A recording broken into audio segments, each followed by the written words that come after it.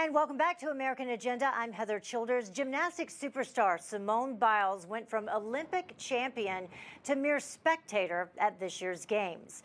But since then, the title was seized by one of her U.S. teammates who forged ahead to the gold medal in the finals. So are maybe we going from a bummer Olympics to perhaps a glimmer of hope Olympics?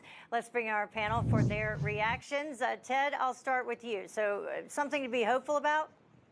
Most definitely. It was a shiny hope, gold shiny. I think it's exciting. My wife was a gymnast, and she loves the sport. It's exciting for America to see our athletes go up there and be able to compete at the highest levels. Too bad Simone was not able to do it because she is the greatest gymnast of all time, and I wish her all the best. I hope everything's going well with her, but this is exciting for America, and we all should be celebrating it. Yeah, Amy, just overall, people still not tuning in, though.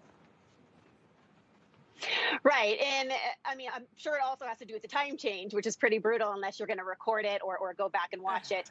Now, my husband and I, we were discussing this with our children because we both remember that the Olympics were always a huge deal. Mm-hmm. And we would have, you would have all of the party food. It would be special events. You'd have friends and neighbors over. Or if you were already in school and then you come home, you would ask your mom and dad, hey, how many medals did we get today? How many medals? Where are we at? Where are we at? It was always so exciting.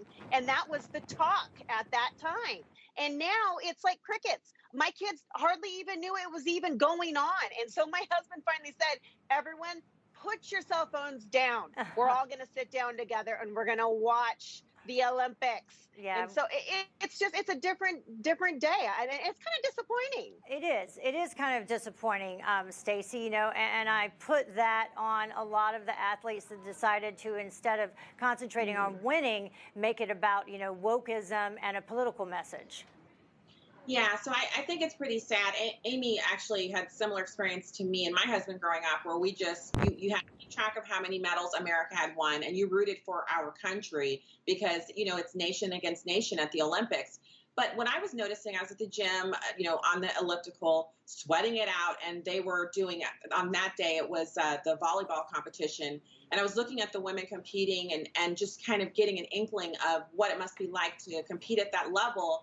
And we really don't know. So we have no idea what it's like to compete at the level of Simone Biles or any of the others that we've seen who've done their feats of glorious bravery and outstanding accomplishment. It's physicality at the highest level.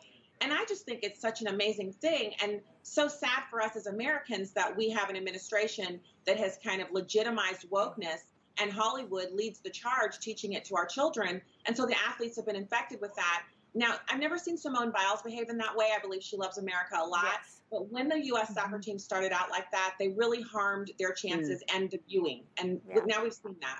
Yeah, and we need our men's basketball team to win as well. Stacy Washington, Amy Tarkanian, and Ted Harvey, thank you all very much for joining us today. Thank you. God bless. And coming up, more of American Agenda after this. Stay with us.